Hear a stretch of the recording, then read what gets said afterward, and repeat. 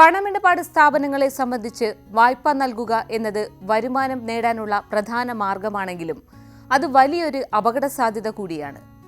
ഒരു വ്യക്തിയുടെയോ സ്ഥാപനത്തിന്റെയോ സാമ്പത്തിക ആരോഗ്യം അളക്കുന്നതിൽ ഇതുവരെ സിബിൽ സ്കോറിനായിരുന്നു പ്രമുഖ സ്ഥാനം. അതോടൊപ്പം വായ്പാ തുകയ്ക്ക് അനുയോജ്യമായ ഈട് നൽകുന്നത് ബാങ്കിന്റെ സുരക്ഷ ഉറപ്പാക്കി. ഈ രണ്ട് തൂണുകളിലായിരുന്നു വായ്പാ വിതരണത്തിന്റെ കെട്ടിടം നിലനിന്നിരുന്നത്. എന്നാൽ ആ കാലം അവസാനിക്കുകയാണ്. ഇനി മുതൽ ബാങ്കിൽ നിന്ന് വായ്പ ലഭിക്കണമെങ്കിൽ സിബിൽ സ്കോറോ വിലമതിപ്പുള്ള ഈടോ മാത്രം പോരാ. അപേക്ഷകൻ ക്രിമിനൽ കേസുകളിൽ പ്രതിയാണോ എന്നുകൂടി ബാങ്കുകൾ പരിശോധിക്കും. ക്രിമിനൽ പശ്ചാത്തലമുള്ളവർക്ക് വായ്പ നൽകേണ്ടതില്ല എന്ന ബാങ്കുകളുടെ ഈ കൂട്ടായ തീരുമാനം ഇന്ത്യയിലെ ധനകാര്യ സ്ഥാപനങ്ങൾ അപകടസാധ്യത വിലയിരുത്തുന്ന രീതിയിൽ ഒരു പുതിയ യുഗം കുറിക്കുന്നതാണ്. എന്തുകൊണ്ടാണ് ഇത്തരമൊരു മാറ്റം? ഇത് വ്യക്തിഗത വായ്പക്കാരെയും കോർപ്പറേറ്റ് സ്ഥാപനങ്ങളെയും എങ്ങനെ ബാധിക്കും?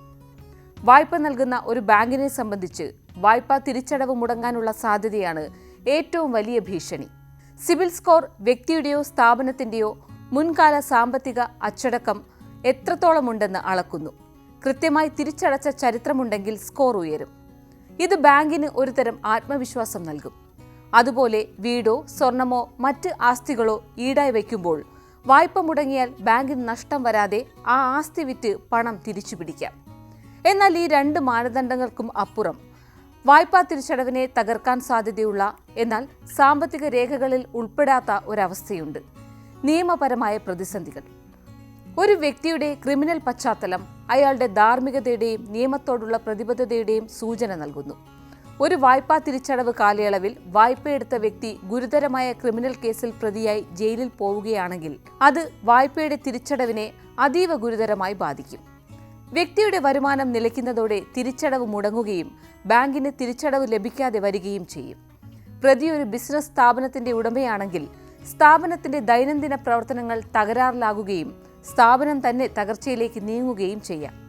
ഇത്തരം സാഹചര്യങ്ങളിൽ വായ്പയെടുത്ത വ്യക്തിക്ക് ഉയർന്ന സിബിൽ സ്കോർ ഉണ്ടെങ്കിലോ ബാങ്കിന് മതിയായ ഈടുണ്ടെങ്കിലോ പോലും കാര്യമായ പ്രയോജനം ലഭിക്കണമെന്നുമില്ല. കാരണം തിരിച്ചടവ് മുടങ്ങുന്നതോടെ ബാങ്കിന് പണം തിരിച്ചുപിടിക്കാൻ സാധിക്കാതെ വരികയും കേസ് കോടതിയുടെ പരിഗണനയിലായതിനാൽ റിക്കവറി നടപടികൾ നീണ്ടുപോകുകയും നിയമക്കുരുക്കിൽ അകപ്പെടുകയും ചെയ്യാനുള്ള സാധ്യത വളരെ കൂടുതലാണ്. ബാങ്കുകൾ ഈ പുതിയ മാനദണ്ഡത്തിലേക്ക് തിരിയാനുള്ള ഏറ്റവും ശക്തമായ കാരണം ഈടുവെച്ച ആസ്തികളുടെ സുരക്ഷ സംബന്ധിച്ച ആശങ്കയാണ്.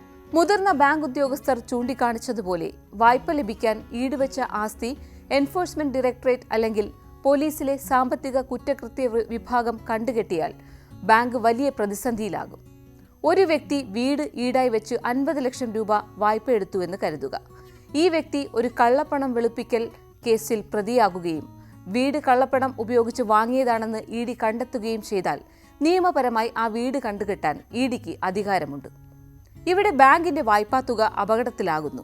കാരണം വായ്പാക്കാരന് തിരിച്ചടവ് മുടങ്ങിയാലും ബാങ്കിന് ഈട് വിറ്റ് പണം വീണ്ടെടുക്കാൻ കഴിയില്ല.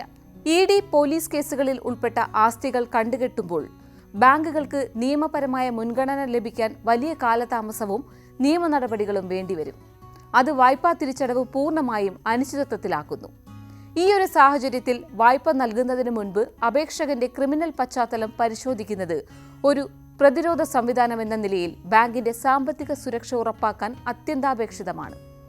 ഇന്ന് ഡിജിറ്റൽ ലോണുകൾ വ്യാപകമായതോടെ ബാങ്കുകൾ നേരിട്ട് കാണാത്ത അപേക്ഷകരുടെ എണ്ണവും വർദ്ധിച്ചു.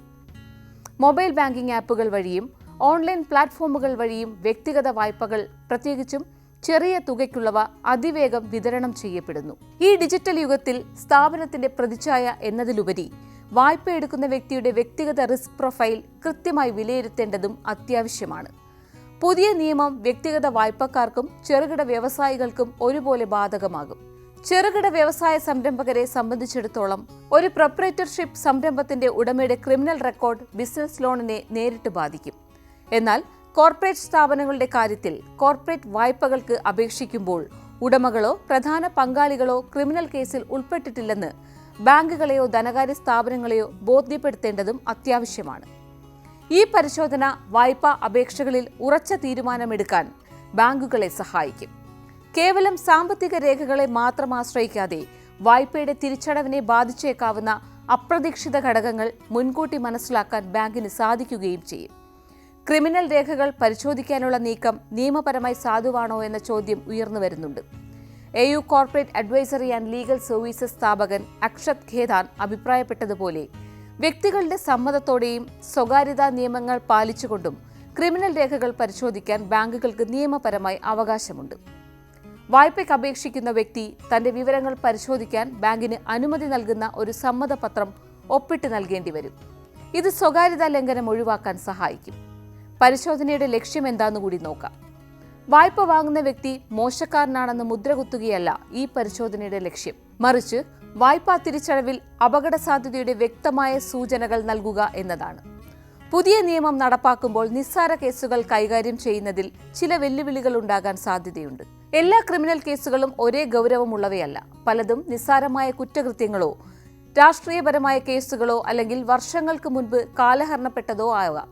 ഒരു ചെറിയ കേസിന്റെ പേരിൽ ഒരാൾക്ക് വായ്പ നിഷേധിക്കുന്നത് വിപരീത ഫലമുണ്ടാക്കും. കാരണം എല്ലാ കേസ് രേഖകളെയും ഒരുപോലെ മാനദണ്ഡമായി കണക്കാക്കിയാൽ നിയമക്കുരുക്കുകളിൽ പെട്ടുപോയ വ്യക്തികൾക്ക് വായ്പ ലഭിക്കാതെ വരികയും അത് മൊത്തത്തിൽ വായ്പാ വിപണിയെ പ്രതികൂലമായി ബാധിക്കുകയും ചെയ്തേക്കാം.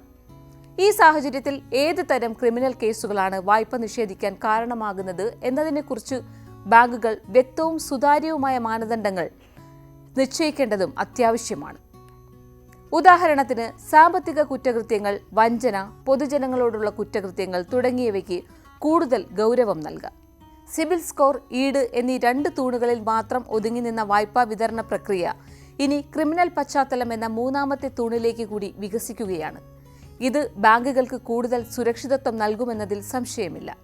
പ്രത്യേകിച്ചും വലിയ സാമ്പത്തിക കുറ്റകൃത്യങ്ങളിലെ പ്രതികളിൽ നിന്നും ഈടുവച്ച ആസ്തികൾ സംരക്ഷിക്കാൻ ഇത് സഹായിക്കും. എന്നാൽ ഈ പദ്ധതി വിജയകരമാകണമെങ്കിൽ ബാങ്കുകൾ ഒരു സന്തുലിതമായ സമീപനം സ്വീകരിക്കണം. കേസ് രേഖകൾ ഒരു സൂചനയായി എടുക്കുന്നതോടൊപ്പം കേസിന്റെ ഗൗരവം, നിലവിലെ അവസ്ഥ, വ്യക്തിയുടെ പുനരധിവാസ സാധ്യത എന്നിവ കൂടി പരിഗണിച്ചാൽ മാത്രമേ ഈ പുതിയ സംവിധാനം സമൂഹത്തിന് മൊത്തത്തിൽ പ്രയോജനകരമാകൂ. നിയമപരമായ വിശ്വാസ്യതയും സാമ്പത്തിക കാര്യക്ഷമതയും പരസ്പരം കൈകോർക്കുന്ന ഒരു പുതിയ ധനകാര്യ സംസ്കാരത്തിലേക്കാണ് ഇന്ത്യ നീങ്ങുന്നത്. ഈ മാറ്റം വായ്പാ അപേക്ഷകരെ സംബന്ധിച്ച് സാമ്പത്തിക അച്ചടക്കം പോലെ തന്നെ നിയമപരമായ അച്ചടക്കവും പ്രധാനപ്പെട്ടതാണെന്ന് ഓർമ്മിപ്പിക്കുന്നു. വരും കാലങ്ങളിൽ വായ്പ തേടുന്ന ഓരോ വ്യക്തിയും സ്ഥാപനവും ഈ പുതിയ 3ാം കണ്ണിനെ കൂടി അഭിമുഖീകരിക്കാൻ സജ്ജരായിരിക്കണം.